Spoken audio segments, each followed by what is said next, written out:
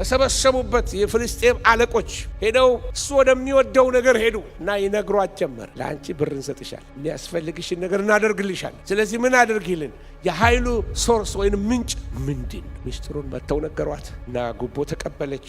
ስጦታቸውን ይዘው መጡ። ይሄ ሰውዬ በምን ጉልበት ነው አንበሳ ይገድለው? ሶምሶም ጠላቶች መጡብህ፣ ፍልስጤማውያን መጡብህ ስትለው ነቀለው ይላል መጽሐፍ ቅዱስ። ከነንትኑ ነቀለው ይላል። በጣም ኃይለኛ የሆነ ጉልበት አለው ማለት ነው። በጸጉሩ ችንካል መንቀልቀሻ ችንካሉን ነቀለው። የጉልበቱ ብዛት ግን ይገርመኛል። ኢየሩሳሌም ሄዳችሁ ካወቃችሁ በሩ የከተማው በር ምን ያክላል? የእንጨቱ ወፍረት የከተማይቱን በር ገንጥሎ ተሸክሞ ተራራ ላይ ወጥቶ ከተራራ ላይ ወስዶ ጣለው ኮረብታ ላይ ይላል። ይሄ አይነት ጉልበት እግዚአብሔር ብቻ ነው የሚሰጥ። እግዚአብሔር የትም ቦታ የሚያኖር ጸጋ አለው። የትም ቦታ ላይ በአሸናፊነት እንድንሄድ የሚያደርግ የሱ ቅባት አለው። እነዚህ ነገሮች በጣም ቤተክርስቲያንን እየገፏት ይገኛሉ። በዚህ በመጨረሻው ዘመን ቤተክርስቲያን ኃይሏን እያጣች እንደሆነች ምልክቶች እነግራቸዋለሁ። እንዲህ ኃይለኛ ሆና የተወለደች ቤተክርስቲያን፣ በእሳት ኃይል የተወለደች ቤተክርስቲያን፣ በትንቢት የተወለደች ቤተክርስቲያን፣ በተልእኮ የተወለደች ቤተክርስቲያን፣ በባለ ሃምሳ በልዩ ክብር የተወለደች ቤተክርስቲያን፣ ሳይን ወንደርስ ምልክቶች፣ ድንቆች፣ ተአምራቶች በመካከሏ ይደረጉ የነበረች ቤተክርስቲያን አሁን የጾምና የጸሎት ጉልበት እየጠፋባት ነው። የሚጸልዩ ሰዎች ብርቅ ሆነው፣ እግዚአብሔርን ድምፅ የሚሰሙ ሰዎች ብርቅ ሆነዋል። ከዚህ የተነሳ ብዙዎቻችሁ አገር አቋራጭ ነቢያቶች አሏችሁ። ጌታ ስለ እኔ ምን ይላል ባካህ ብያላችሁ ነቢያት ጋር የምትሄዱ ሆናችኋል። አዳራሽ ሞልቶ ሰው ሊጮህልህ ይችላል። ደማቅ ጮህ ልሰማ ትችላለህ። ሽልማቱን የሚወስደው ግን ያመጣቸው ያሳደጋቸው ነው እንጂ ምን እየሰረቁ በዛን እንደ አሜባ እየተበጣጠስን የትም አንደርስም። ቅንነት፣ በጎ ሕሊና ከቤተ ክርስቲያን እየተወሰደ፣ ቅንነት ቃልን መስማት፣ ቅንነት መማር፣ በቅንነት ማምለክ፣ ይሄ ሁሉ እየጠፋብን መጥቷል። ነገር ግን ወላጆቹ ወደ ተምና እሱ ሚስታጭቻለሁ ብሎ ኑ ላሳያችሁ ብሎ ወደ ተምና ሲወስዳቸው ወላጆቹን መንገድ ላይ ኢምፕረስ ሊያደርጋቸው ወደፊት ሮጦ ያደረገው ነገር ምንድን ነው?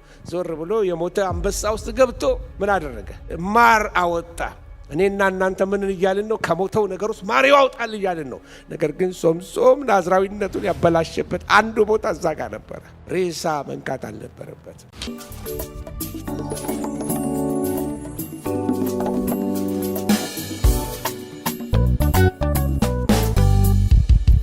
ስለ 7 ጉንጉኖች የሚል ትምህርት ነው የምንማረው እና ስለ 7 ጉንጉኖች የምታገኙት በመጽሐፍ ቅዱስ ላይ በመጽሐፈ መሳፍንት ውስጥ ነው። መጽሐፈ መሳፍንት ውስጥ ምዕራፍ 13 ቁጥር 25 ላይ በጸሎት ላይ ያነሳው ጥቅስ አለ።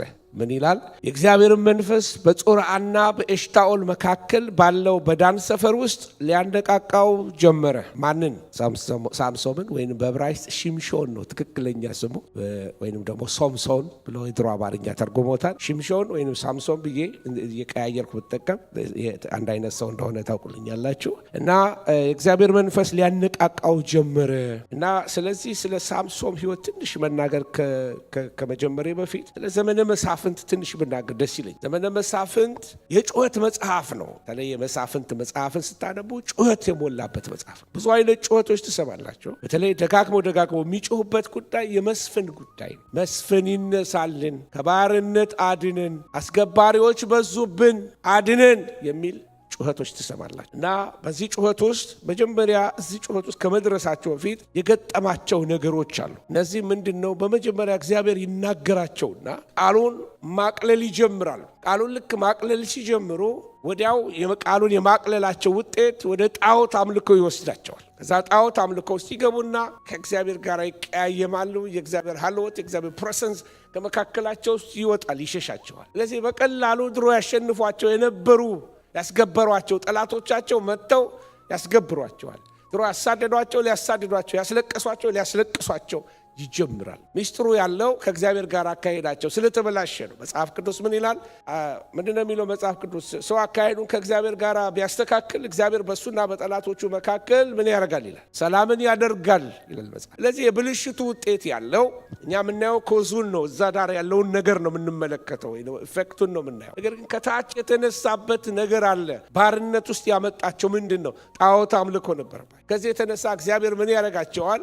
ቃሌን ንቃቸዋል፣ ስለዚህ ጣዖትን አምልካችኋል፣ አሳልፌ ይሰጣቸዋለሁ ይልና እግዚአብሔር አሳልፎ ይሰጣቸዋል። ምድያማውያን ገዝተዋቸዋል፣ ፍልስጤማውያን ገዝተዋቸዋል። እነዚህ አይትስ ወይንም ደግሞ ዋውያን በአማርኛ የምንላቸው ያቡሳውያን፣ ጀቡሳውያን፣ ምናምናውያን የተባሉ እነዚህ ዋውያኖች በሙሉ ተራ በተራ ባሪያ አድርገው ይገዟቸው ነበር እና አሳልፈው ይሰጣሉ፣ ያለቅሳሉ፣ ይመረራሉ።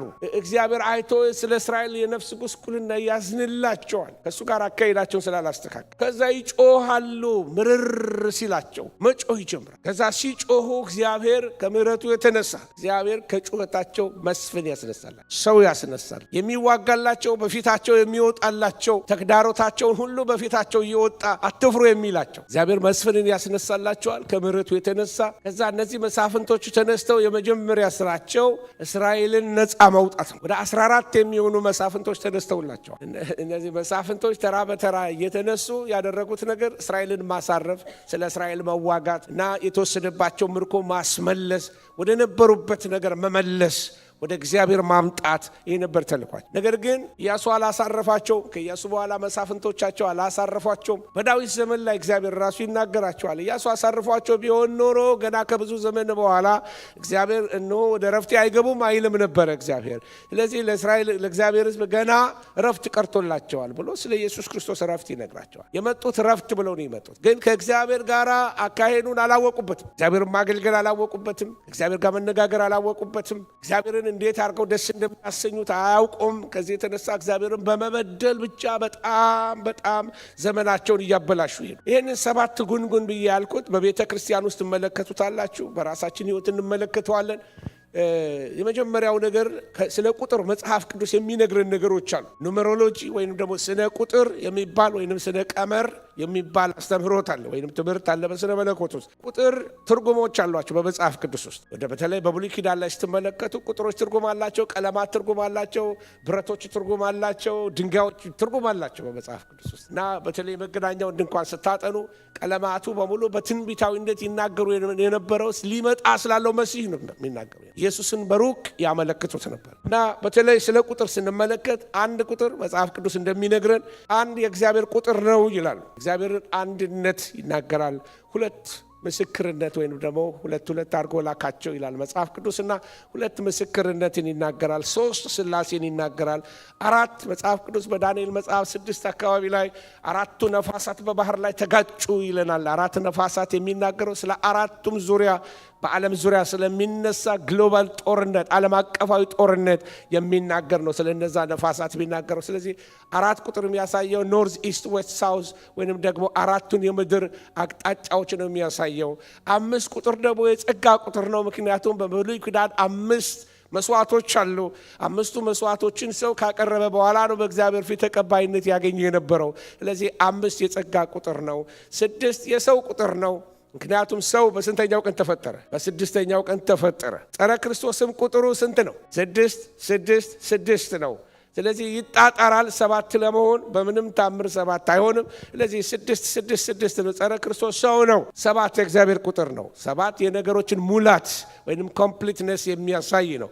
ስለዚህ 7 የነገሮች ፍጻሜ ወይንም ፍጹምነትን የሚያመለክት ነው። 7 ጉንጉኖች ሶምሶም ላይ ትመለከታላችሁ። ሳምሶም ላይ 7 ጉንጉኖች ታያላችሁ። ከላዩ ላይ የተወሰደበት ነገር በጣም እሱን ለአንድ ነገር ብቃት የሰጠው ነገር ነበር። ሲጀምር እንደዛ አልነበረም። በመጽሐፍ ቅዱስ ውስጥ ስለ እነዚህ 7ቶች ቀጥሎ ሲናገር መገናኛው ድንኳን ውስጥ 7 ዕቃዎች ነበሩ። መቅረዙ 7 ወይም መኖራ። ይሄ 7ቱ መቅረዝ በዘይት የሚሰራ ነው፣ ከወርቅ የተሰራ ነው፣ አንድ ወጥ ነው እና በጣም አለ የሚባል ውድ የተባለ ዕቃ በመቅደስ ውስጥ ካሉት ነገሮች አንዱ እሱ ነው እና 7 መቅረዞች 7 ብራንቾች አሉት፣ ቅርንጫፎች አሉት እና 7 አሁንም የሚያሳየው 7 የሚያሳየው ኮምፕሊትነስን ነው ብያቸዋለሁ። ሙላትን ነው። መንፈስ ቅዱስን በኢሳይያስ ላይ የሚናገር ነው። የኃይል መንፈስ፣ የጽድቅ መንፈስ፣ የቅድስና መንፈስ እያለ የሚጠቅሰው መንፈስ ቅዱስን በ7 ስሞች ሲጠራ ትመለከታላችሁ። 7ቱ መናፍስት ብሎ ዮሐንስ ራእይ ላይ ሲናገር ታያላችሁ። ጌታ ኢየሱስ ክርስቶስ 7 እኔዎች እያለ ሲናገር እኔ እንደዚህ ነኝ፣ እኔ እንደዚህ ነኝ፣ እኔ በጎች እረኛ፣ እኔ እንደዚህ እያለ የተናገራቸው 7 የኢየሱስ ክርስቶስ አርምስ ኦፍ ክራይስት የሚባሉ አሉ። እንደገና ወደ 7 የሚሆኑ ፓራብሎች ወይም ምሳሌዎች ኢየሱስ ሰጥቷል። 7 በኢየሱስ ውስጥ ታያላችሁ። በራእይ መጽሐፍ ላይም ስትመለከቱ 7 ወዮች ታያላችሁ፣ 7 ጽባዎች ታያላችሁ፣ 7 የመከራ ዘመን ትመለከታላችሁ፣ 7 ማህተሞች ትመለከታላችሁ። 7 የሚያሳያችሁ አብሶሉትሊ ፐርፌክት የሆነ ወይም ፍጹም የሆነ ቁጥርን ያመለክተናል። ይህን ለመንደርደሪያ ካልኳችሁ ሶምሶም በላዩ ላይ 7 ጉንጉኖች ነበሩት። እነዚህ 7 ጉንጉኖች በላዩ ላይ አንድ ለእኛ ሲምቦሊክ በሆነ መንገድ ለአዲስ ኪዳን ቤተክርስቲያን የሚያስተምሩ ነገሮች አሉ ብዬ አምናለሁኝ። እሱን አካፍላችኋለሁ። እና ሶምሶም ወደ ትውልድ ታሪኩ ላይ ሲሄድ የወላጆቹ ልምምድ አለ። ገና ሶምሶም ሲወለድ ወላጆቹ የተለማመዱት ልምምድ አለ። መልአክ ወደ እነሱ መጣ። አይተውት የማያውቁት አዲስ ልምምድ በቤተሰብ ውስጥ የእሱ መወለድ የሆነ ላንድማርክ፣ በቃ ሰው ሁሉ የሚያስታውሰው ምልክት ነው። እናትና አባቱ ሲነጋገሩ ምናልባት ታስታውሳለህ፣ ሳምሶን ከመወለዱ ከ1 ዓመት በፊት መላእክት መጥቶ የተናገረኝ፣ በኋላ ደግሞ ሄዳ ለባሏ ነገረችው። ታሪኩን ታስታውስታላችሁ። ፋስት ፎርዋርድ እያረኩ ነው። በትንቢት የተወለደ ልጅ ነው። እግዚአብሔር በሕይወቱ አጀንዳ አለው። እግዚአብሔር ሊሰራበት የሚፈልገው ነገር አለ። አንዳንድ ጊዜ እግዚአብሔር ለልጆቻችን ስንጸልይ፣ አንዳንድ ጊዜ አይደለም፣ ብዙ ጊዜ እግዚአብሔር ለወላጆች ለልጆቻቸው ሲጸልዩ ስለ ልጆቻቸው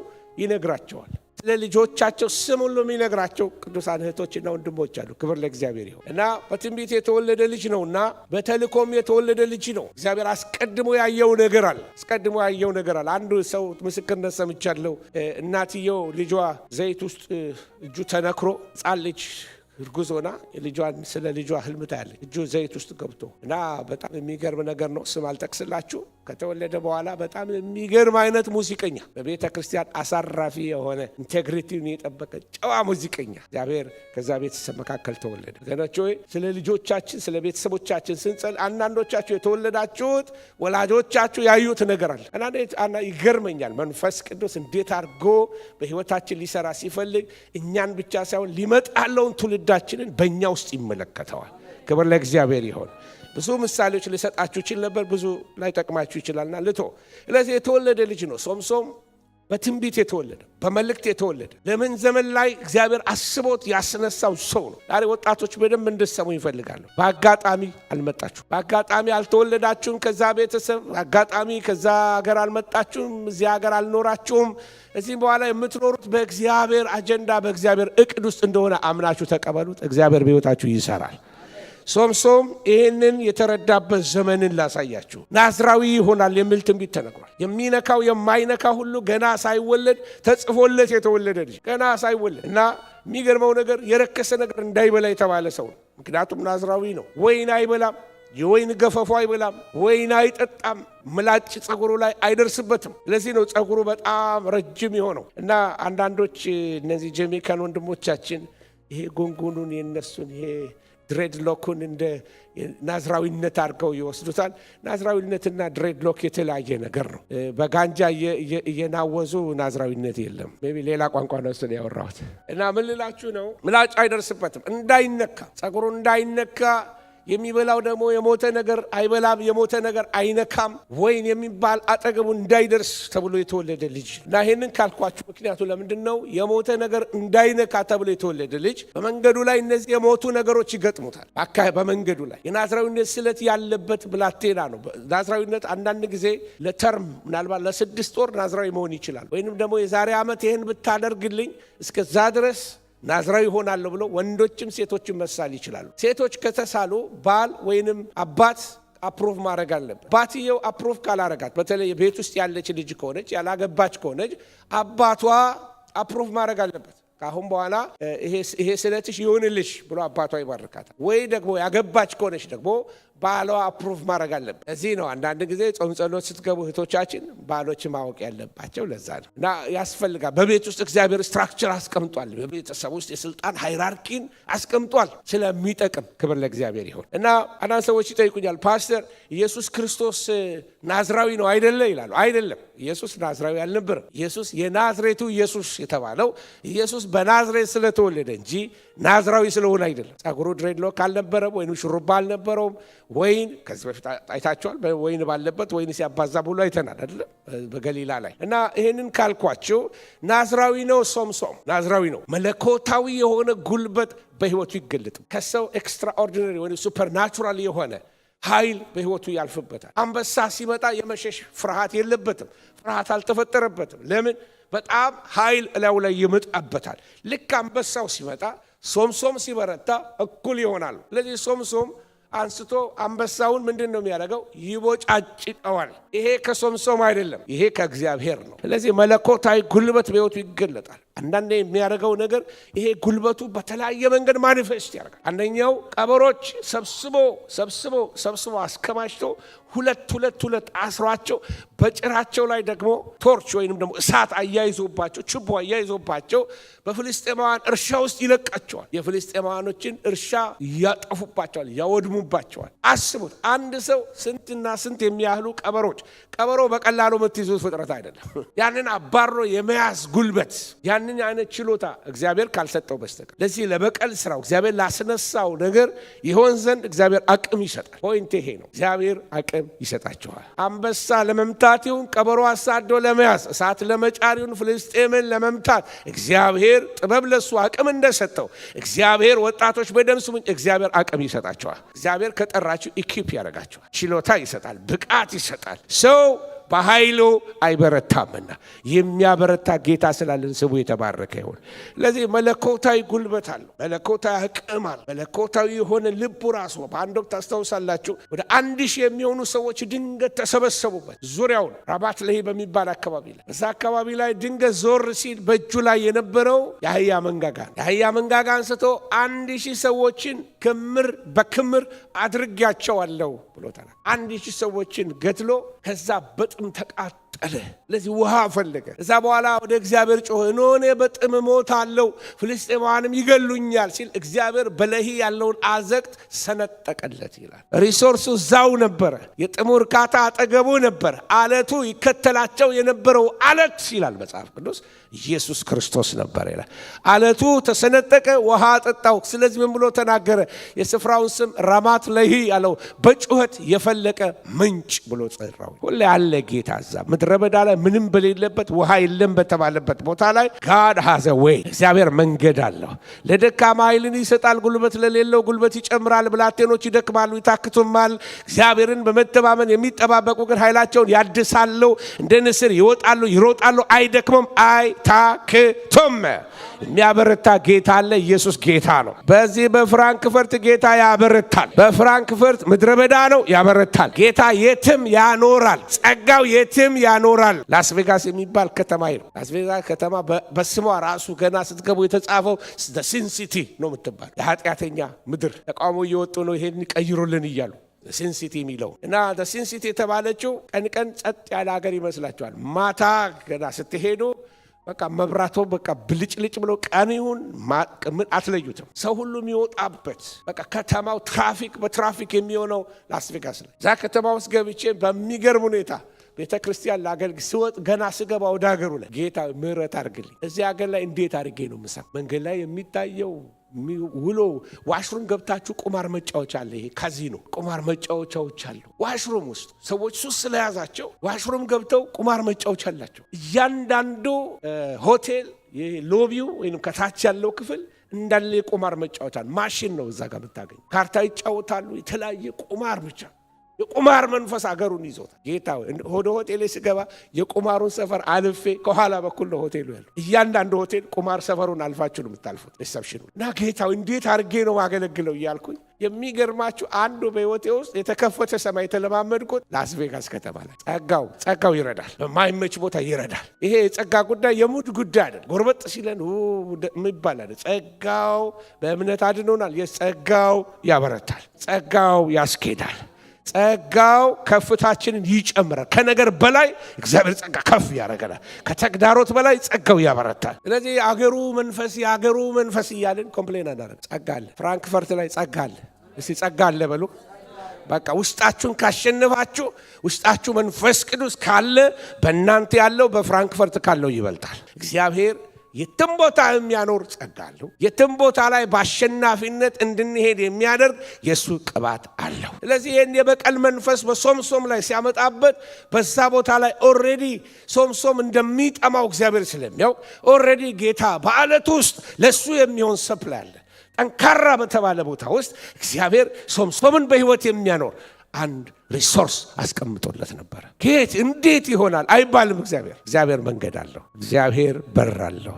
እግዚአብሔር ሪሶርስ አለው። ምን ላይ እንዳላችሁ አላቅም። ምናልባት እንደዚህ አለት እዚህ ጋር ትግል፣ ሰልፍ፣ ትግል፣ ጦርነት ዞር ስትሉ ደግሞ አለት የምታዩ ሰዎች ካላችሁ እግዚአብሔር በአለት ውስጥ ውሃ አለው እያልኳቸው የለም በተባለበት ቦታ ላይ ሪሶርስ አለው። እግዚአብሔር ከተዘጋ ነገር ውስጥ እግዚአብሔር መንገድ አለው። ስለዚህ ይሄ በቀል መንፈስ በላዩ ላይ ሲመጣ ታያላችሁ። ሶምሶም እያደገ ሄደ። እግዚአብሔር መንፈስ ይወርድበት ነበረ። አንበሳ ገዳይ፣ ፍልስጤምን እያሳደደ የሚመታ አንዳንድ ጊዜ የሚያደርገው ነገር ፉሊሽነስ ይመስላል። የጉልበቱ ብዛት ግን ይገርመኛል። ኢየሩሳሌም ሄዳችሁ ካወቃችሁ በሩ የከተማው በር ምን ያክላል?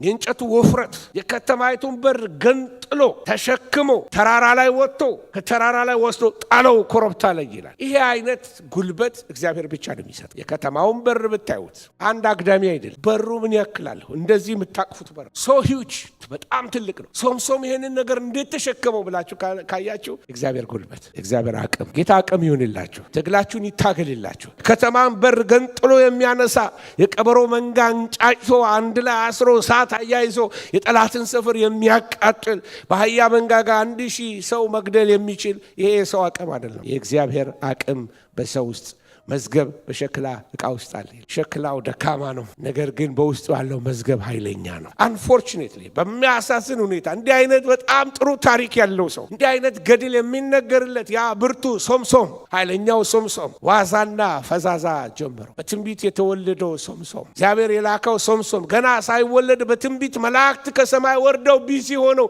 2 ጊዜ መልአክ መጥቶ ለአባትም ለእናትም ትንቢት የተነገረለት ሶምሶም ዋዛና ፈዛዛ ውስጥ ገባ። የተነገረላችሁ የእግዚአብሔር ቃል ቅዱስ ቃል፣ እግዚአብሔር ያየላችሁ ነገር የከበረ ነገር። ይሄንን የከበረ ነገር እሱ አላየውም። ትንሽ ዋዛና ፈዛዛ ጨዋታ በዛ።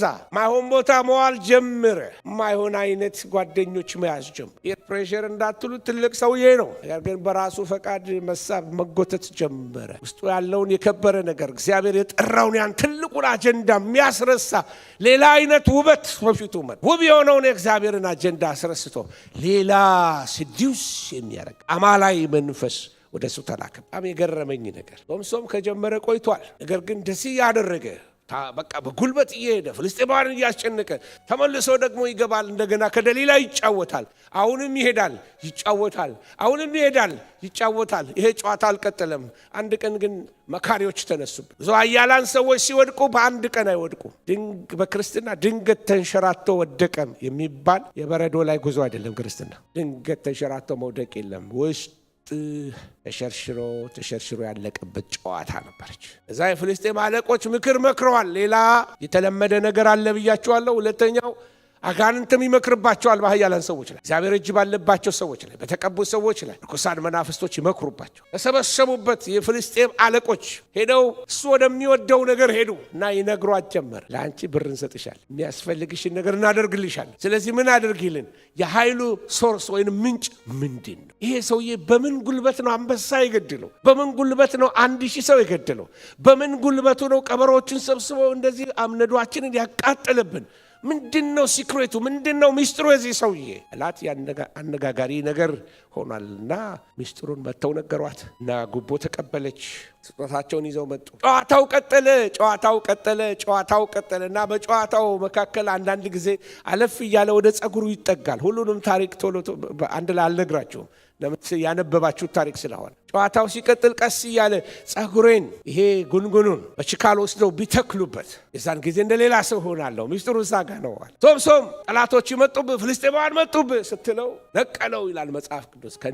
ከነንትኑ ነቀለው ይላል። በጣም ኃይለኛ የሆነ ጉልበት አለው ማለት ነው። በጸጉሩ ችንካል መንቀል ከቻለ፣ ይሄ ድንኳን መትኪያ ነው። ችንካል ካላወቃችሁ መቼም ዳያስፖራ አያውቅም እንደ አይነት አማርኛ። ችንካሉን ነቀለው እና ከዛ በኋላ አለቀሰችበት። ሶምሶም ዋሸኝ፣ ሃኒ ዋሸኝ፣ ማሬ ዋሸኝ፣ በለስላሳ አፏ አለቃቀሰችበት። ልቡ ቅልጥ አለ። ሶምሶም ደከመው። ውስጡ የእሷ ነዝነዛ የእሷ ለቅሶ አደከመው። ቀስ እያለ ጠብ እንደሚል ድንጋይ ላይ እንደሚፈስ ውሃ ቀስ እያለ ውስጡ ተቦርብሯል። እሷ ድምፅ ውስጡ ይጮሃል። መጨረሻ ከንዝንዟ ለመዳን ሲል ገና ከልጅነቴ ጀምሮ ብሎ ራሱን ኦፕን አፓር ሚስጥር መግለጥ ጀመረ። የልቡን ሁሉ ነግሮኛልና ዛሬኑ ሶምሶም ተኝቶ ባለበት አስተኛችው። ቀስ እያለች ጸጉሩን ከላዩ ላይ አነሳች። በትንቢት የተወለደ ልጅ፣ እግዚአብሔር በሱ ሕይወት ውስጥ አጀንዳ ያለ ሰው፣ ለትልቅ ነገር የተጠራ ሰው፣ አሳራፊ፣ ተዋጊ፣ ብዙ ነገር እግዚአብሔር ሊያደርግበት የሚገባ ሰው ጠላት ይላጨው ከላዩ ላይ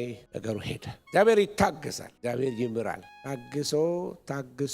ታግሶ ግን እግዚአብሔር ዞር ያለለት ማንም ፓስተር መጥቶ እጅ ቢነቀንቅባችሁ፣ ነቢያት መጥቶ ቢተነብዩባችሁ፣ ዘይት አይደለም 1 ብርጭቆ አይደለም 20 ብርጭቆ ቢደፉባችሁ የለም፣ ሀልወቱ አይወሰድበት።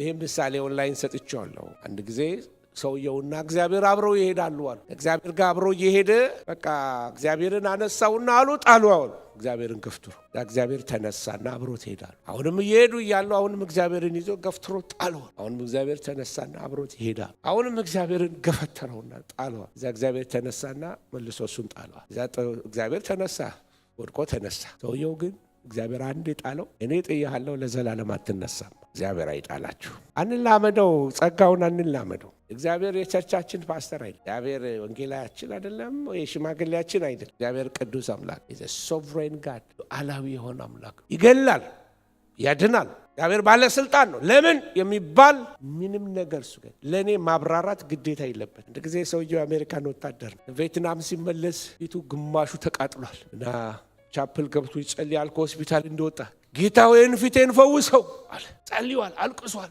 ፈውሰው ጌታ ሆይ፣ ባትፈውሰው ግን ጌታ ሆይ። ምንም አልዘገየም። ጌታ ምን አለው? ዴን ዋት፣ ባልፈውስ ምን ትሆናል? ትቼ ሄዳለሁ፣ ወደ ዓለም ሄዳለሁ። እና ብትሄድ እና ማነው እግዚአብሔር ዘዋቶበት እንደው እውነት ነቸ ባክ ይህን ልጅ አትሂድ፣ እንደው ባክ እንደው መንግስት ሰማያት ባዶ ይሆናል፣ አንተ ክልለኩ ቅስቅስ ይላል። ኖ ምርጫህ ነው። እግዚአብሔር የከሰረ ነጋዴ አይደለም። የሌለውም ወንጌል ቅድስና ለእግዚአብሔር ወደድንም ጠላን ነው። ይሄ እግዚአብሔር ስታንዳርድ ነው። ተቀደሱ ዘንድ ፈልጉ፣ እኔ ቅዱስ እንደሆንኩ እናንተም ቅዱሳን ሁኑ።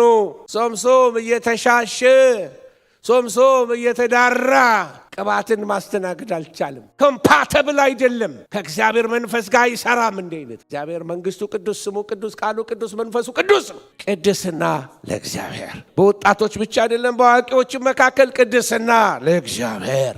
የአንደበት ቅድስና፣ የዓይን ቅድስና፣ የኑሮ ቅድስና፣ የልብ ቅድስና። እግዚአብሔርን ከመቅደሱ ምን አሸሸው ካልን ባማንበት አፍ እንዘምርለታለን፣ በዋሸንበት አፍ እናጨበጭባለን።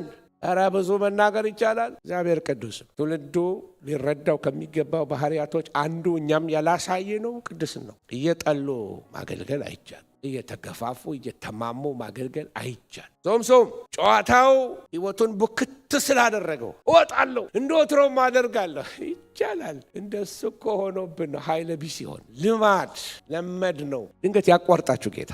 እዚህ ከተማ ላይ የሚያቋርጥ እግዚአብሔር ክብር ይምጣ። ከድግግሞሽ የሚያወጣ ከቃዴስ ሩቲን ከሆነ ነገር መንፈስ ቅዱስ ያውጣን። ሶምሶም አሳዛኙ አካሄዱ ይሄ ነበረ። ከተላጨ በኋላ እንደ ድሮ አደርጋለሁ፣ በልምድ አገለግላለሁ፣ በልምድ ዘምራለሁ እንዳለፈው መስሎታል። ነገር ተቀይሯል። ለካ ፕሬሰንሱ ሄዷል።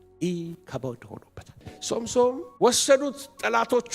ያ ያሰቃያቸው መስፍን፣ ይህ ያሰቃያቸው ዴሊቨረር፣ በቃ ኃይለኛ ሶምሶም ተብሎ በቃ ከተምና እስከ ኢየሩሳሌም የተወራለት ሶምሶም እጃቸው ላይ ተራሰው ነው ለካ ወዚህ ያገኙት። ክብሩ ሲሄድ ለካ ተራሰው ነው ሶምሶም።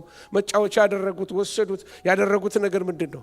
በዛ ወሰዱና በጋዛ አይሁዶች በዛ ይቅርታ ሚድል ኢስት ላይ ትልልቅ እንትን አላቸው፣ ሰርኩለር የሆነ ወፍጮ ነገር እና እዚህ ጋር እንደዚህ እሱ እየገፋ ይሄዳል እና ይፈጫል። እዛ ጋር ትልቁ ድንጋይ ይንከባለላል፣ ሮል ያደርጋል። እሱ ያንን እየገፋ በቃ ይፈጫል። አይኑ ታውሯል። ሁለት አይኑን አወጣው።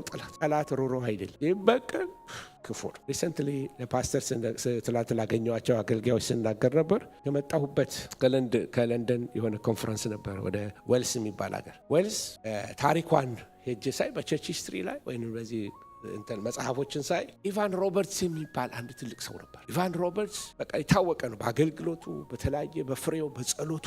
ያ የዌልስ አካባቢ በኃይለኛ ሪቫይቫል እግዚአብሔር የተጠቀመበት አካባቢ። አሁን በሄድኩበት ሰዓት ላይ አንድ ከዛ መካከል የሆነ ሰው ታሪኩን ላሳጥርላችሁና ሲነግረኝ ወደ 13 ቸርች የምትመራ አንዲት ጠንቋይ ሴት አለች። ዊች ጠንቋይ ናት። ቤተ ክርስቲያንን የሚመራ ስለጠፋ ተተኪ ትውልድ ስለሌላት 13ቱንም ቸርች የምትመራው አንዲት ፎቶዋን ሲያሳየኝ ከላይ እስከታች እዚህ ሀገር እናንተ ሀገር እንዳሉት እንደዚህ ጥቁር በጥቁር የሚለብሱ ሊፕስቲክ ጥቁር የሚቀቡ ኩላቸው ጥቁር የሚያረጉ የሚያስፈራ አይነት እዚህ አጽም ምናምን የሚያረጉ የሚያስፈሩ ልክ እሱ ናት።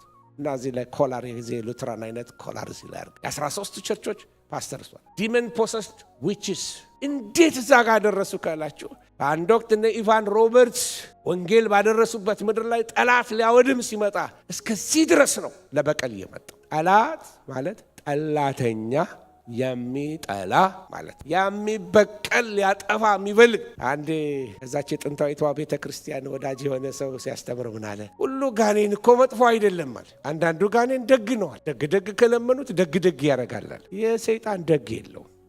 እግዚአብሔር ይውጋው ይሄን መንፈስ። ብዙ ትውልድ አያቴን ያታለለ እኔን አያታለለኝም መቼም አታላይ ስፒሪት እግዚአብሔር ይገስጸው። እና ሲበቀል ሰይጣን እንደዚህ ነው። ፍርስርሳቸውን ነው ያወጣው። አብያተ ክርስቲያናት የነበሩበት ቦታ ፍርስርሱ ወጥቷል። እየተበቀላቸው ነው ያለ። ከሄዱ በኋላ ታላላቆቹ ካለፉ በኋላ ትውልድ እንዳይተካ አድርጎ በዊች ክራፍት ምድሪቱን እያረከሰ ያለበት ቦታ። ሶምሶም ታወረ። በጠላት በቀል ውስጥ ወደቀ። ባሪያ ያደረገው። ይስቁበት ነበር፣ ይጫወቱበት ነበር። ሶምሶምን ሊያዩ ይሰበሰባሉ።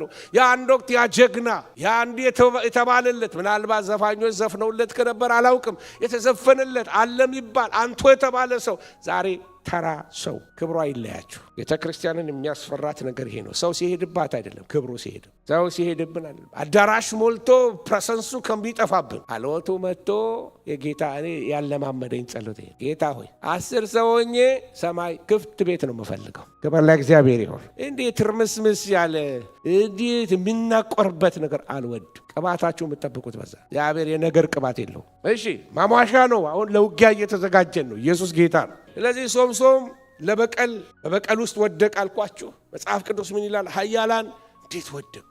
ዲቦራ አንቺ እስክትነሺ ድረስ ኃያላን በእስራኤል ዘንድ አነሱ ይላል መጽሐፍ። ሲሳራ ተነስና ዝመት ስትለው አንቺ ካልወጣሽ አልወጣም። ኢያኤል ተደሱ። ወገኖች ሆይ እዛን 2 ምሰሶች አስይዙኛል። እንደምንም ስንት ዓመት እንዳሳለፈ አይታወቅም። 2 ምሰሶችን ያዛቸው። እግዚአብሔር የእንደገና አምላክ ነው። God is a God of second chances. እግዚአብሔር እንደገና እድል ይሰጣናል። እግዚአብሔር እንደገና ለቤተ ክርስቲያን እድል ይሰጣታል።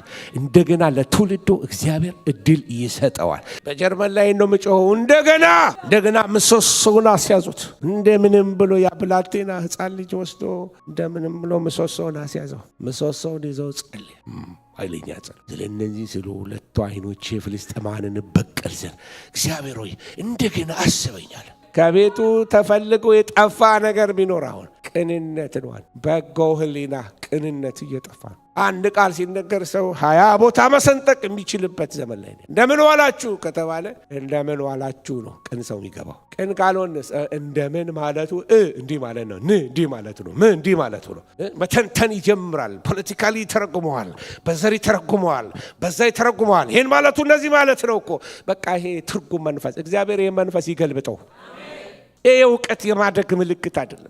ሳይን ኦፍ ማቹሪቲ አድርገው የሚወስዱ ሰዎች አሉ። በቃ ይሄ ክሪቲካል ስፒሪት። እግዚአብሔር መንፈስ ቅዱስ የክፋትን ኃይል ሁሉ ይገልብጠው። ተደላትሎ የነበረውን ይህንን መንፈስ እግዚአብሔር ሰተታር በቀዛ ሶምሶም ያንን ግንብ ይዞ አንዴ ሲነቀንቀው ቤቱ ላይ እንዳለ ተደረመሰባቸው። ሶምሶም በሕይወት እያለ ከገደላቸው በሞቱ የገደላቸው በዙ ይላል መጽሐፍ ቅዱስ። ሶምሶም እንዴት ጨረሰ? ፈጸመው። ካይዶ ትንሽ አፕ እንዳውም ነበረው። መጨረሻው ግን ሚሽኑን አኮምፕሊሽ ያደረገ። እስራኤልን 40 ዓመት አሳረ። 40 ዓመት አሳረ። ይሄ የሄደበት መንገድ ለረፍት ለእስራኤል ረፍት ሆነላቸው። ጠላቶቹን ተበቀለላቸው። እና ሶምሶም በመታዘዝ ሲመላለስ ኃይሉ የበረታ ነበር። የታዘዘ ሲሄድ መቼ ነው ኃይሉን ማጣት የጀመረው ካላችሁ አንዳንድ ቦታ ላይ ዘለልናቸው ላሳያችሁ። ታስታውሳላችሁ? አንበሳ የገደለ ጊዜ አንበሳ ገደለ ሄደ። ያ ነሰሲቲ ነው፣ ያስፈልጋል፣ መሆን ነበረበት። እግዚአብሔር ኃይል መጥቶበት ነው። ነገር ግን ወላጆቹ ወደ ተምና እሱ ሚስት አጭቻለሁ ብሎ ኑ ላሳያችሁ ብሎ ወደ ተምና ሲወስዳቸው ወላጆቹን መንገድ ላይ ኢምፕረስ ሊያደርጋቸው ወደፊት ሮጦ ያደረገው ነገር ምንድን ነው? ዞር ብሎ የሞተ አንበሳ ውስጥ ገብቶ ምን አደረገ? ማር አወጣ። እኔና እናንተ ምን እያልን ነው? ከሞተው ነገር ውስጥ ማር ያወጣል እያልን ነው። ነገር ግን ሶምሶም ናዝራዊነቱን ያበላሸበት አንዱ ቦታ እዛ ጋር ነበረ። ሬሳ መንካት አልነበረበትም። ሲጀምር አይታወቅም። ሲነካው መቼ እንደሆነ አላወቅም። የሆነ ኃይሉ ዲፕሊት እያደረገ የሆነ ነገር ለቀቅ እያደረገው ሄዷል። ኬርለስነስ ግድ የለሽ የተቀባ ግድ የለሽ። እግዚአብሔር ከዛ ይጠብቃቸው። ኬርፉል መሆን ያስፈልጋል። ጥንቃቄ ይጠብቃል አይል መጽሐፍ ቅዱስ። ሶምሶም ያ ብርቱ ሰው አንበሳ የገደለ ኃይሉን እያጣ ሲመጣ አይኑን አጣ።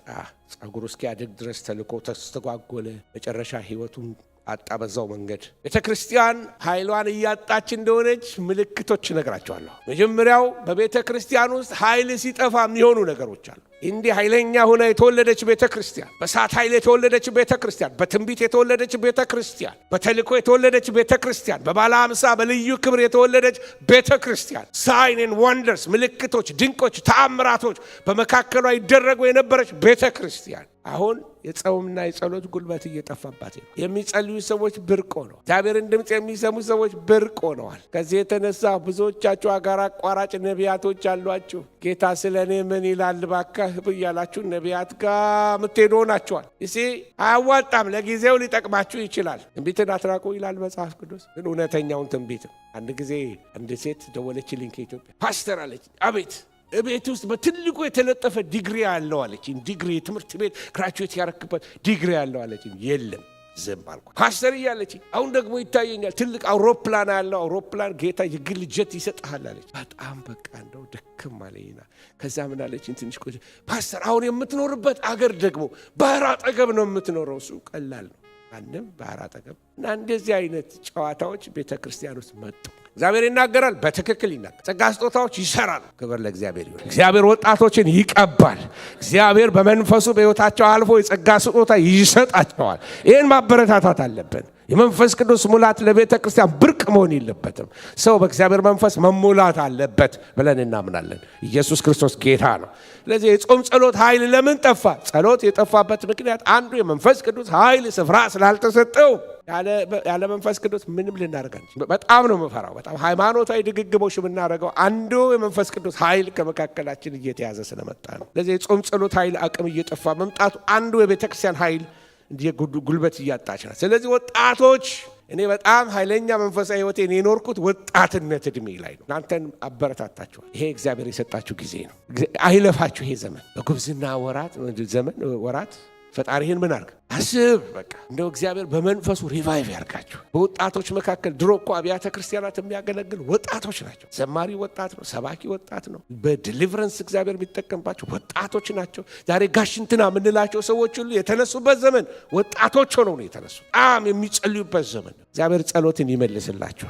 ወደ እግዚአብሔር ቃል አጠገባችሁ ብድግ አርጋችሁ እንዳትከፍቱ፣ በተለያየ ነገር እንድትያዙ፣ አእምሯችሁ እንዲያዝ፣ በዚህ ከረንት ወሬ፣ በፖለቲካ ወሬ ህሊናችሁ ሊያረክስ የሚወጣ መንፈስ እግዚአብሔር ይሄን መንፈስ ይውጋው። ንቁበት፣ ወጣቶች ንቁበት፣ አይኖቻችሁ ይከፈት። ይሄ this is your time። ይሄ እናንተ ጊዜ ነው። ይሄ ዘመን አይለፍባችሁ። በዚህ ዘመን አገልግሉ፣ በዚህ ዘመን ዘምሩ፣ በዚህ ዘመን ጸልዩ፣ በዚህ ዘመን ለጌታ ተቀደሱለት። ወጣቶች እያለን በእኛ ዘመን የሚያረክስ ነገር ሲኒማ ኢምፓየር የሚወጣ ሬክላም ነበር። ሲኒማ ኢምፓየር ፒያሳ ያለ ነው። ስናልፍ 6 ቁጥር አውቶቡስ ላይ ቁጭ ብለን እንዲህ ዞር ስንል ሬክላም አለ እዛ ጋር። በቃ እነዚህ ራጁ ምናምን የህንድ ፊልም ይወጣ። በጌታ በኢየሱስ ሽም የሲኒማ መንፈስ እንላለን። አሁን ልጄ በየቤቱ ኔትፍሊክስ ነው፣ ዲዝኒ ነው፣ ሌላ ምንድን ነው? ይኸው ማአት ነው። የሰው አእምሮ ተይዟል። ክርስቲያኑ በሲኒማ አዲክሽን ተይዟል። ክርስቲያኑ በቲክቶክ ተይዟል። ይሄን መንፈስ እግዚአብሔር ይውጋው። ትውልዱ ነፃ መውጣት አለበት። ለምን እግዚአብሔር አይሰራም ብንል መብት የለንም። አእምሯችን በዚህ ተይዟል። ለቃሉ ጊዜ የለንም፣ ለጸሎት ጊዜ የለንም። ስለዚህ ሌላው ደግሞ መጽሐፍ ቅዱሳዊ መሃይምነት በጣም በዝቷል። ከዚህ የተነሳ መጽሐፍ ቅዱሳዊ መሃይምነት ያለባቸው ሰባኪዎች በዝተውልናል። የሚገርም ነው። አንዳንድ ሰባኪዎች ሪሰንትሊ የሚናገሩት ነገሮች ሪሊ በጣም የሚያስቅም እንዳልለው ያሳዝናል፣ ያስደነግጣልም። ኢቫንጀሊካልስ ዳግም የተወለደ ክርስቲያን ሰባኪ የተባለ አይዶኖ ስሙን ኬት እንደሚያመጡት ፖስተር ፓስተር ይበሏቸው አላውቅም። ከሁለት አንዱ ናቸው። ስለዚህ አይዶኖ ፓስተሮች ተብሎ ሰው እንዴት መጽሐፍ ቅዱስን ማስተማር የማይችል ሰው እንዴት ፓስተር ይሆናል? እንዴት ፓስተር ተብሎ ይጠራል? ፖስተሩ በጣም አደገኛ ዘመን ላይ ነው የመጣ ነው። ምንድን ነው የሚያስተምሩትስ ወጥተው ወገኖች ሆይ? እና መጽሐፍ ቅዱሳዊ መሃይምነት በዝቷል። ሰዎች ለእግዚአብሔር ቃል አፕታይት የላቸውም። ቃል ይሰለቻቸዋል። ቃል ሲሰበክ በቼ ባለቀ ይላሉ። ድክምክም ያደርጋቸዋል። በላያቸው ላይ በቃ የሚሰለች ነገር አድርጎባቸዋል ቃልን። ሌላ ሞራላዊ ማመቻመች ወይንም ደግሞ ኢሞራሊቲ ግብረ ገብ ጉዳይ ላይ ማመቻመች ምን አለበት የሚባል ነገሮች አሉ። ፓስተርዬ አታካብድ እንጂ የሚሉ ልጆች ነበሩ። አዲስ ዘመን አታካብድ፣ ኧረ በደንብ አክብደነው አልቻልናቸው ወገኖች። ነገሮችን በቃ አለሳልሶ መውሰድ፣ ከጋብቻ በፊት የተለያየ አይነት ሪሌሽንሺፖች፣ መነካካት፣ መሳሳብ። እኛ እንደዚህ አይነት ልማድ የለንም ይላል መጽሐፍ ቅዱስ። ወይን ምን አለበት መጠጣት ምን አለበት የሚሉ አስተማሪዎች ተነስተውልናል። አሁን አንድ ቦታ ለአገልግሎት ሄድኩ። እናንተም ብታረጉ ሄጄ ሌላ ቦታ እንዲህ ነው የምናገረው ማለት ነው። እንደዛ ማለት ድንገት ተከታትለን እየሄድን ነው በመኪና የሆነ ሀገር አቆመ። ትር አርቆ አቆመ። ሴላይ ነው ተባባሉ። ስልኩን አነሳ። እዚህ ጋር ቁም እዚህ ጋር ነው ቶሎ ውረድ ተባባሉ። ወረዱ።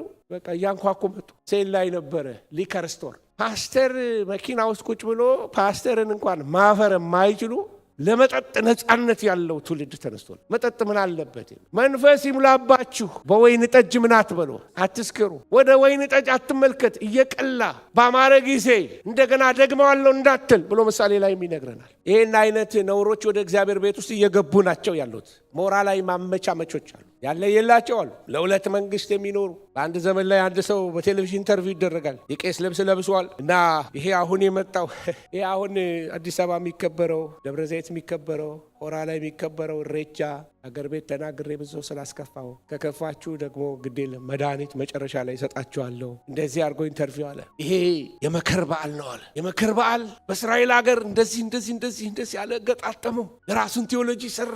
ለዛ መጣውና ሀገራችን አስገባው። ለዛ በእኛ ሀገር ደግሞ ኢሬቻ የሚባለው እሱ ነው መከር በዓል፣ የእስራኤል የመከር በዓል። እንዲህ አይነት በሽታ የመጣ ነገር በሙሉ ሰተት ብሎ እየገባ ቤተ ክርስቲያንን እያሸተታት ነው። ኃይል እየወጣ ወደዚህ ወደ ከአርባ ምንጭ ወረድ ብሎ ወዳሉ ሀገሮች ይሄዳሉ። ገጠር ውስጥ ምሽን አንድ ወቅት ላይ ቤተ ክርስቲያን ለፍተሻ መንግስት ሲገባ የተገኘ የቦምብ ብዛት፣ የተገኘ የማሽንገን ብዛት፣ አንድ ትራክት የለም ሳጥናቸው ውስጥ። ምን ሲያደርግ ነው እዛ ውስጥ ይሄ የገባው? ምን ላይ ነው ያለ ነው ምናምን ኢቫንጀሊካል ተብሎ ተጽፎበት ከውስጡ ያለ አሰስገሰስ ያለውን ደግሞ መንፈሳዊ ፋክተር አስቡት። አጋንንቶች እንዴት እንደተመቻቸው ፌስታ ነው የሚያደርጉበት። ሰው አይድንም። ቤተ ክርስቲያኗ መካን አድርጓታል። የፖለቲካል ስፒሪት መጽዳት አለበት። እግዚአብሔር ቤቱ ይቀደስለት። እግዚአብሔር ቅዱስ ስለሆነ አደባባዩ ቅደስለት። እግዚአብሔር ቅዱስ ስለሆነ ቃሉ ቅዱስ ስለሆነ ወገኖች ሆይ ይህን ለምንድን ነው የምናገረው? ስላደረጋችሁ ሳይሆን ወጣቶቻችን ስታንዳችንን ማወቅ አለባቸው። ክሊር አቋማችን ይሄ ነው። ኢየሱስ ብቻውን ያድናል። ከዓለም አበድሩን ብለን ዘፋኝ አምጥተን በእግዚአብሔር አደባባይ ላይ ዘማሪ አናረገው። ሙዚቤ ሰው አለ። አሁን እኮ በቃ ትርምስምስ ያለ ዘመን ሆኗል። መጀመሪያ መሲሁን ማወቅ አለበት። ታጠብ፣ ጳውሎስን ያሉት ነው። ታጠብና አይደለም ያለው አናንያ መጥቶ ሲያጠምቀው ታጠብ መጀመሪያ ጌታ አግኝቶት አይኑ እስኪበራለት ድረስ ታጠብ ተቀደስ ካለው በኋላ አስነስቶ አስተምረው ከዛ በኋላ ቴንክ ዩ ብርሃን ይርኤ ጌታ ይባረክ።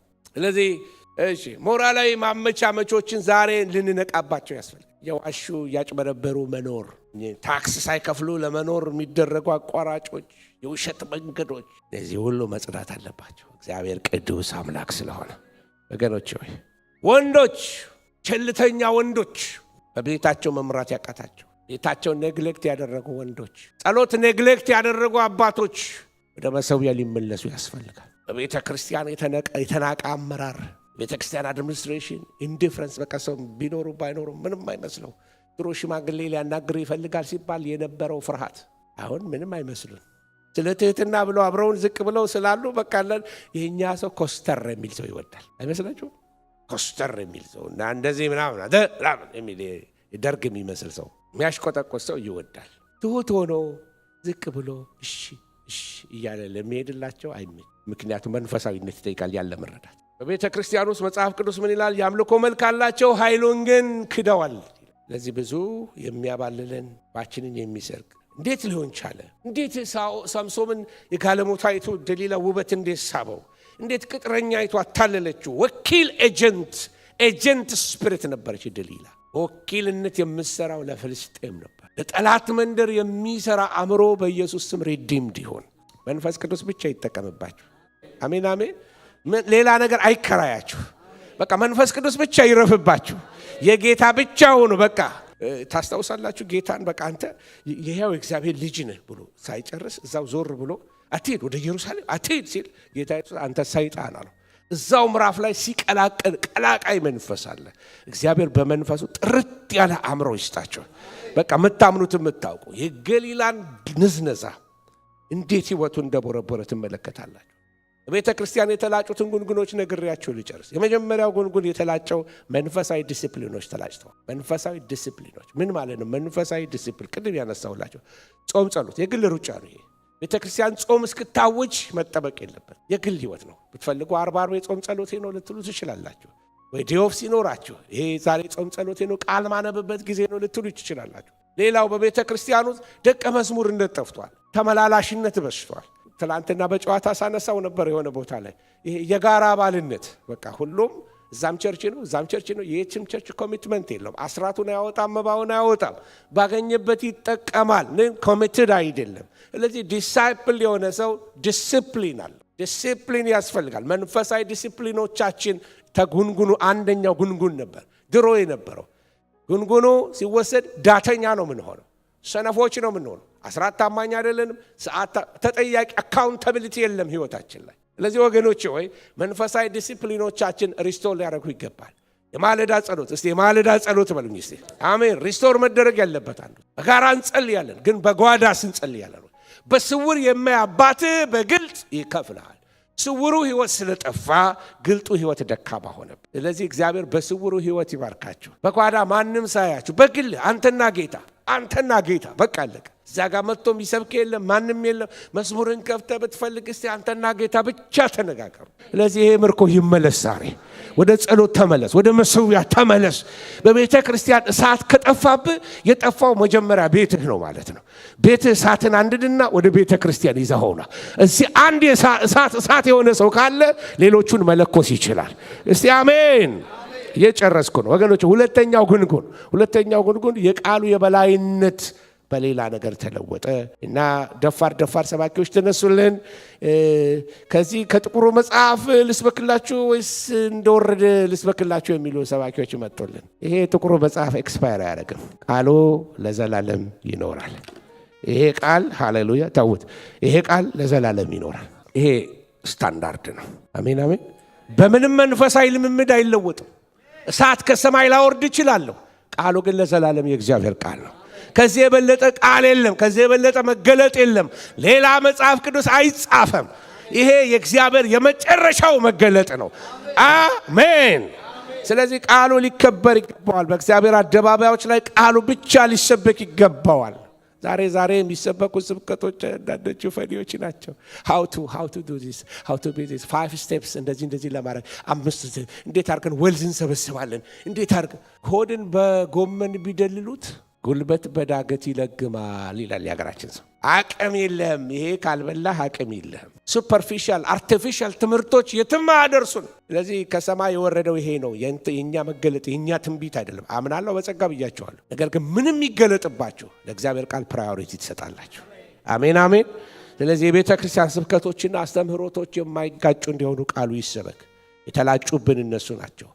ይሄ ሂውማን ዊዝደም ፊሎሶፊ አደባባዮችን እየሞሉ ነው ያሉት። የሰው ጥበብ ሰዎች ብዙ ካሪዝማ አላቸው፣ ግን ካራክተር የሌላቸው እሳት ነው። በቃ ሲናገሩም ሲያመልኩም ምንም ሲሉም በቃ ጸጋ ስጦታም ሲጠቀምባቸው በጣም ካሪዝማ አላቸው፣ ግን ቀረብ ስትሏቸው ካራክተራቸው ደግሞ ጋሬጣ አይነው። ጨከን ብዬ ነው የምሰብከው። ምክንያቱም አፈር ውስጥ ያለ ሁሉ ምንም ነገር ቡድስድስ ብሎ መውጣት አለበት ብዬ አምናለሁ። ቸርቿን አላስኬድ ያለ ካራክተር ዋይዝ በተለያየ መንገድ መንፈሳዊ ቢሆን አንዳንድ ስብከት ለሰው ብቻ እንዳይመስላችሁ፣ ለአየር ይሰበካል፣ ለአፈር ይሰበካል፣ ለዛፍ ይሰበካል። ተናገር፣ ለአጥንቶች ስበክ የተባለ ሰው እኮ አለ።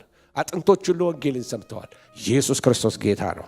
ወገኖቼ ሆይ የቃሉ የበላይነት ሊላጭ አይገባም። እንደገና ማደግ አለበት። ቃሉ የበላይነትን ሳስብ ብዙ ደም የሌለው ወንጌል፣ ኢየሱስን የማያደምቁ ወንጌሎች፣ እኔነትን የሚያገኑ እኔ ፕራይድ በአደባባዮቹ በጣም ወጣለች። ፕራይድ እኔ ስሰብክ እኔ አንደኛ፣ የኔ ቅባት፣ የኔ አገልግሎት፣ የኔ ቤተ ክርስቲያን። እግዚአብሔር ይህ መንፈስ ይውጋው። የመስቀሉ መልእክት አይደለም። ለጊዜ ጋሽ ቶለሳ እየሰበከ አስተምሮን ልክ ሲጨርስ ተያይዘን እጅ ለእጅ ተያይዘን እንጠብቀዋለን። ትንቢት ሊናገር መስሎናል። የሰራዊት ጌታ እግዚአብሔር እንደዚህ ይላል፣ ዛሬ ትንቢት የለም አለ። ሃሌሉያ። አረሳው ሁሉ ስብከት በትንቢት ማለቅ የለበትም። አሜን አሜን። ስብከታችን ሁሉ በትንቢት ማለቅ ይሄ የምሰብክላችሁ እግዚአብሔር ቃል ነው። ሴትየዋ የሆነ ኦስትን የሚባል ከአገልግሎት ልክ ወርጄ ላበላብ ሆኛለሁ። ወክ እያረኩ በመሀል እየሄድኩ መጣች። ፓስተርዬ ቃል አውጣብኝ። እኔ ለነገሩ ይሄ ቃል አውጣብኝ ሲሉ ያቅለሸልሸኛል። አልወደውም። የእኛ ዘመን ቋንቋ አይደለም። ኦልድ ፋሽን ነኝ መሰለኝ። ይቅርታ አልወደውም። በቃ ቃል አውጣብኝ። 2 ሰዓት ሙሉ ምንድን ነው ያወጣሁት አልኳት። ቃል አውጣብኝ። ይሄ አዳዲስ አስተምህሮቶች ሲመጡ እንደ አዲስ እንደ ዘመናዊነት ፒክ አድርገን ወስደናቸዋል። ወገኖች አሁንም ቃል እያወጣሁ ሲጨርስ ማወጣው ቃል የለም። ስለዚህ ወገኖች የመስቀሉን ቃል የሚከልል የመስቀሉን ኃይል የሚጋርዱ አዳዲስ የሆኑ ከእግዚአብሔር ያልሆኑ ነገሮች እነዚህ ይላጩናል። አራተኛ ይሁን ሶስተኛው አንዳንድ ጊዜ ከቤተ ክርስቲያን ላይ የጸጋ ስጦታን ሲላጭ ሰዎች ታለንት ቦታውን ሲይዝ ከታለንት የመንፈስ ቅዱስ ስጦታ ወጥቶ ታለንት ሰዎች በታለንታቸው ዝም ብሎ የአእምሮ ታለንት የታለንትን የሰጠ እግዚአብሔር ነው። ግን ታለንት ለጌታ መቀደስ አለበት። ታለንት ለጌታ መቀደስ አለበት እና የተለያየ አይነት ታለንቶች አሉ። ወደዛ ውስጥ መግባት አልፈልግም። መጀመሪያ ቀን ስብከቴ ስለሆነ እና አደገኛ ነው። ብዙ በቤተ ክርስቲያን ውስጥ እነዚህ ነገሮች ስለተዛቡ አንዳንድ ቤተ ክርስቲያን ስብከቶች፣ አገልግሎቶች ተዛብተዋል። እዚህ የተነሳ በቤተ ክርስቲያን ሰዎች ልክ ሲድኑ ዲሳይፕል ከማድረግ ይልቅ አሁን የሚያደርጓቸው የሰውየው ማንነት ይታያል። የሰውየው ማንነት ይታይና ሰውየው ኢንቨስተር ከሆነ ቀጥታ አምጥተው ነጭ ወንበር ላይ ነው የሚያስቀምጥ። አዲስ አበባ ሄጄ የገጠመኝ ምን አልጣላችሁ አልኳቸው። የኔን ባለሀብት ወሰደብኛል። 2 ፓስተሮች ተጣልተው ባለሀብቱ የኔ ነው። ይሄ እኮ ከድህነት የሚመጣ ነው አይደል? መንፈስ ይውጋው። የጌታ ናቸው ሰዎች፣ የጌታ ናቸው። የተማሩም ያልተማሩም የጌታ ናቸው። ኧረ አሜን ይባላል። እዚህ ቤት አሜን አይባልም ወይ እያልኩ ነው። ማንም ይሁን ወጣት ይሁን ሽማግሌ ወደ ጌታ ሲመጣ የጌታ ነው። እስቲ የጌታ ነው በሉ። የማናችንም ሚሊሻ አይደለም። አንዳንድ ቤተ ክርስቲያን አንዳንድ ከተማ ላይ ምዕመን መሰራረቅ ቱና ታውቃላችሁ። ጌታ አሳ አጥማጭ አረጋለሁ ነው። እነዚህ ምዕመን የሚሰርቁ ቱና አጥማጆች ናቸው። ፕሮሰስድ የሆነ ሰርዲን ነው የሚሰበስቡት። አዳራሽ ሞልቶ ሰው ሊጮህልህ ይችላል። ደማቅ ጮህ ልሰማ ትችላለህ። ሽልማቱን የሚወስደው ግን ያመጣቸው ያሳደጋቸው ነው እንጂ ምምን እየሰረቁ በዛን እንደ አሜባ እየተበጣጠስን የትም አንደርስ። እግዚአብሔር ይህን መንፈስ ይውጋው። ስንተኛው እንደሆነ አላቅም። 5ኛ ይመስለኛል። የቅድስና የበላይነት እየተላጨተ ያላችሁ ጾታዊ ቅድስና፣ የአንደበት ቅድስና፣ የሀሳብ ቅድስና፣ የአካሄድ ቅድስና፣ የገንዘብ ቅድስና፣ የኢንቴግሪቲ ቅድስና ለእግዚአብሔር ወገኖች ሆይ ትንሽ ኃጢአት ትልቅ ኃጢአት የሚባል ኃጢአት እግዚአብሔር እንድንቀደስለት ይፈልጋል። እንደው ሳልነካ የወጣቶች አገልግሎት ስለተባለ እንደው ሳልነካ እነሱ ላይ ብቻ ሌብል ላደረገው ስላልፈለግኩ ነው። ያለባበስ ቅድስና ቸርቻችን ምዕመኖቼ ይወዱኛል፣ በጣም ይወዱኛል። እኔም ወዳቸዋለሁ። ወጣቶች አሉ፣ ትልቆች አሉ፣ ሁሉ ወዳቸዋለሁ። ግን አንዳንዴ ልክ ሲያዩኝ የምናገረው ነገር ስለሚያውቁ ብለው እንዲህ ጉትቱታል። ቀሚሳቸውን አበሳቸውን ነው የሚያዩት እኮ እና ምን እላቸዋል? እቤት ለብሰሽ ያልመጣሽውን እዚህ እንዴት ትለብሸዋለሽ ይላታል።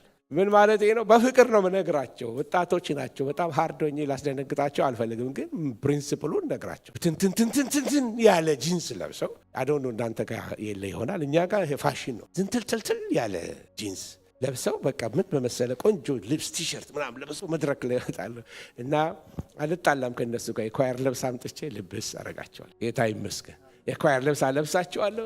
በቃ ይገባቸዋል መልእክቴ። እንደዚህ ሆነሽማ በቃ እብድ መስለሽ መድረክ ላይ አትቆምም፣ ስርዓት ትይዣለሽ ተብሎ ይነገራል። ጌታ ይመስገን። 6ኛ የተላጨው ጉንጉን የቤተ ክርስቲያን ወደ ዳር መተፋት ወይንም በእንግሊዝኛ ማርጂናላይዜሽን ኦፍ ዘ ቸርች ወይንም የቤተ ክርስቲያን ምንም በቃ ተሰሚነት ማጣት። ልክ አሁን በውጭው ዓለም ላይ የምታዩት ይሄ ሰዶማዊነት፣ ጽንስ ማስወረድ፣ ሰዶማውያንን ካህን ማድረግ፣ በትምህርት ቤቶች ይሄ ጾታ ለውጥ ለማድረግ የሚደረጉ ቤተ ክርስቲያን እየጮኸች አለመሰማቷ፣ ይሄ የቤተ ክርስቲያን ወደ ዳር መገፋት ወይንም ደግሞ ድህረ ዘመናዊነት ፖስት ሞደርኒዝም፣ እነዚህ ነገሮች በጣም ቤተ ክርስቲያንን እየገፏት ይገኛሉ በዚህ በመጨረሻው ዘመን ላይ። 7ኛ ላይ እየተገፈፍን ያለነው ቅድም ተናግሬዋለሁ በመልእክቴ መካከል ቅንነት፣ በጎ ሕሊና ከቤተ ክርስቲያን እየተወሰደ ነው። ቅንነት ቃልን መስማት፣ ቅንነት መማር፣ በቅንነት ማምለክ፣ ይሄ ሁሉ እየጠፋብን መጥቷል ወገኖች ሆይ እግዚአብሔር ቅንነትን ይመልሰልን። የማደግ ምልክት እንዳይመስላችሁ ፕሊስ ቅኖች ሁኑ። ጌታን ባገኘውበት ጊዜ አንድ ሰባኪ ነበሩ። የስብከታቸው ርዝመት፣ የእሳቸው ቀስ ማለት በቃ ልነግራችሁ አልችልም። ቀስ ብለው ነው የሚሰብኩት እና ስብከታቸው አንድ ጊዜ ስለ ንብ ነው የሚያስተምረው። ይህን ያህል 1000 ማይል በራ፣ ይህን ያህል ማር ሰርታ ሲሉ ከሰዓት በኋላ ነው፣ ሙቀት አለ፣ በቃ እንተኛለን። ግን እግዚአብሔር መጨረሻ ላይ ስንወጣ እስቲ ጌታ ምን አስተማረህ እንባባላለን መንገድ ላይ ስንሄድ። አሁን በጣም በተለይ በዲያስፖራው ዘንድ ያለ ድፍረት፣ የክሪቲካል ስፒሪት፣ የትችት መንፈስ ሰባኪዎች ኮንፊደንስ እስኪያጡ ድረስ ዝም ልንገራችሁ፣ መንፈሳችሁ ከተዘጋ እግዚአብሔር የሚለቀው ነገር የለም እዚህ መድረክ ላይ። ልባችሁ በቅንነት ሲከፈት፣ ለእግዚአብሔር መንፈስ ቅኖች ስትሆኑ፣ እግዚአብሔር ይናገረኛል ብላችሁ ስትመጡ እግዚአብሔር ሊናገራችሁ ይጀምራል። አንድ ወቅት ላይ አንድ እህታችን እንደዚህ ያለች፣ ባሏ የሚገርም ነገር ሰብኮ ወረደ። ሚስቱ ናት። በጣም ገረማት፣ ደነገጠች። የሚገርመው አለችው ጌታ ባንተ ይናገረኝ አለችው። ምክንያቱም እሷ የምትጠብቀው ከውጭ በሚመጡ ሰባኪዎች ነው። እግዚአብሔር ድምፅ ያለው ከተውሶ በውጭ በሚመጡት ነው። እግዚአብሔር አጠገባችሁ ባለው ሰው ይናገራል። በመካከላችሁ ያሏችሁ ጸጋ ያላቸውን ሰዎች ሪስፔክት አድርጓቸው፣ እስቲ ተቀበሏቸው፣ ልባችሁ አስፉላቸው። ያኔ መንፈስ ቅዱስ ይለቀቃል በእነሱ ውስጥ። ስትገፉት መንፈስ ቅዱስ ያውቃል፣ ስትዘጉ መንፈስ ቅዱስ ያውቃል። ስለዚህ ጥርቅም ያደርገዋል መድረኩን እሱ። ሰባኪውንም አታስጨንቁ፣ እናንተም ተባርካችሁ ሂዱ፣ ሰዓት እንዳይሄድባችሁ። ልባችሁ ሲከፈት ሰማይ ሊከፈት ይጀምራል። ልባችሁ ቅን ሲሆን እግዚአብሔር ቅባት መለቀቅ ይጀምራል። የጸጋ ስጦታ ያላቸው ሰዎች መለቀቅ ይጀምራሉ። ጸጋ መነሳሳት ይጀምራል። ክብር ለእግዚአብሔር ይሆን። በመካከላችሁ የመቀባበል መንፈስ ይብዛላችሁ፣ የመከባበር መንፈስ ይብዛላችሁ። ሰውን በክርስቶስ አውቀዋለሁ ይላል መጽሐፍ ቅዱስ። በሌላ አላቀውም፣ በዘሩ፣ በነገዱ፣ በቋንቋው፣ በትምህርቱ፣ በዲግሪው፣ በቀለሙ አላቀውም። ማቀው ሰውን በክርስቶስ። ለሰው የምትሰጡትን ቫልዩ ተጠንቀቁ። በምን መዝናችሁ ቫልዩ እንደምትሰጡ ተጠንቀቁ። በእግዚአብሔር ፊት ወገኖቼ ሆይ እግዚአብሔር ያልታሰበ ነገር ባልታሰቡ ሰዎች ያደርጋል። ቤቷ የተቀመጠች አንድ ሴት ነበረች። እስራኤል ሁሉ ጦርነት በሄደበት ሰዓት ላይ ትንቢት ተነግሯል። ምን ብሎ? እግዚአብሔር የዛሬውን ጦርነት ድል የሚሰጠው በሴት ነው የሚል ትንቢት ተነግሯል። ሁሉ ሰው ጦርነት ላይ በሚተረማመስበት ሰዓት ላይ እሷ ቤት ታጸዳለች፣ ልጆች ታጠባለች፣ ምግብ ትሰራለች። የቤት እመቤት ናት። ቤት ውስጥ እየሰራች ባለችበት ሰዓት ላይ እያለከለከ የሚሮጥ ሰው መጣ ወደ እሷ። ሲሳራ አለክልኳል፣ ላበላብ ሆኗል። እነ ባርቃ አሳደውታል፣ እነ ዲቦራ አሳደውታል። እና በእነሱ ድሉ አልመጣም፣ በእነሱ ንጉሱ አልተገደለም። ወደ 900 ሰረገሎች ያሉት ለብዙ ዓመት ያስጨነቃቸው መስፍን ነው፣ ሰው ገዢ ነው። በጣም የተጨነቁበት ሰው ነው። ትንቢት ተነግሯል። ትንቢቱ ሊፈጸም ነው ዛሬ። ድል መምጣት አለበት። ሌላውን ጨርሰው አውራው አልተገደለም። አውራው ዘሎ ኢያኤል የምትባል ሴት ገባ። እሷ ቤት ልክ ሲገባ ምን ፈለጋል? በር ላይ ቆሚና እንደዚህ አርጊ፣ ውሃ ጠጣ፣ እንካርጎ አለችው። ከዛ ተኛ፣ አረፍ በል አለችው። አረ እንቅልፍ ይዞት ሄደ። ቤቷ ውስጥ እግዚአብሔር እሷ ቤት ጠላትን አምጥቶ፣ እሷ ቤት ጨዋታ የለም። እሷ ቤት ገዳይ ገብቶ ዝም አይባልም። እሷ የእግዚአብሔርን ጦርነት የምትዋጋ ናት። እንደ ሌሎች እየዞረች የምታወራ አይደለችም። ዞር አለች፣ የምትሰራውን ሰርታለች፣ ጥበቧን ተጠቅማለች፣ ጸጋዋን ተጠቅማለች። ያደረገችው ነገር ካስማውን አነሳች፣ በጆሮ ግንዶ አረገችና በተኛበት አስቀረችው። የእስራኤል ጠላት አለቀለት። በሴት ትንቢቱ የተነገረው ላልታሰቡ ሰዎች ሰው የመሰለው በዲቦራ በኩል መጥቶ እግዚአብሔር ትንቢቱን ይፈጽማል ይመሰላል። ኖ በዲቦራ አይደለም። ያልታሰበች ሴት አለች፣ እዛ ሰፈር ያለች ሰው ያላያት አንድ ሴት አለች። ሰው ያላያት በቤቷ ትጉ የሆነች ለባሏ ታማኝ የሆነች ልጆቿን የምታሳድግ የምትጸልይ አንድ ሴት አለች። እሷ ቤት ጠላት መጣ፣ ጠላት ተወጋ፣ እስራኤል ነፃ ወጣች። እስቲ ለእግዚአብሔር ክብርን እናመጣለን። በቤታችሁ ባቡ ይወጋ። ወገኖቼ ሆይ ቅኖቹ ነው ምላችሁ። ለዚህ ነው ይቅርባዮቹ ነው እሺባዮቹ ነው ፍርሃተ እግዚአብሔር ይኑራችሁ። እግዚአብሔር ተሐድሶን ወደ እናንተ ያመጣል። በውርደት መካከል ያለቀሰውን የሶምሶምን ጸሎት እግዚአብሔር ሰምቷል። ሂሚሊዬሽን እንዴት አስቸጋሪ ነው! ሰው ሁሉ ሲንቀው፣ ሰው ሁሉ በቃ የተሸነፈ በእንግሊዝኛ አንድ ቃል አለ ላለ ማለት ነው። እንዲህ አይነት ሰው የማይደርስ ሰው ብሎ ሌብል የተደረጋል። በጠላት ሰፈር ግን እግዚአብሔር ተሐድሶ ጀምሯል። ፍልስጤም እግዚአብሔር መንፈስ ጸጉር እያበቀለን፣ እግዚአብሔር እዛው እነሱ መካከል በቀል እያሳደገን ያለው። ወገኖቼ ሆይ የበቀልን ጸሎት ጸልየ መጨረሻው ሶምሶም ተሰናበተ፣ ስራውን ጨረሰ። ሰውየው ሶስት አፕሎች በህልሙ ያያል። 3 አፕሎች። አንደኛውን ሄዶ ግምጥ አረገና ወደው በላውና ጨረሰው። ሁለተኛውን አፕል ብድግ አረገ፣ በላውና እሱንም ጨረሰ። ሶስተኛውን አፕል ልክ ብድግ ሲያደርግ እግዚአብሔር መንፈስ ተጠንቀቃለሁ፣ ይሄ ልጅነት ነው፣ ይሄ ጉብዝና ነው። ልጅነትን በልተሃል፣ ጉብዝናን በልተሃል፣ የቀረ የመጨረሻው እንዴት አድርገህ እንደምትበላው ተጠንቀቅ። ድሮ መጽሐፍ አለ በሀገራችን፣ ልጅነት ተመልሶ አይመጣም፣ ጉብዝና ሁሌ አይቆይም፣ ሁሉ ያልፋል። ዘመናችንን በትክክል እንድንጠቀምበት እግዚአብሔር ይርዳን። ለከሌ ለእግዚአብሔር ኖሮ ሞተ፣ ተቀድሶ ለእግዚአብሔርን ቤት አገልግሎ አለፈ።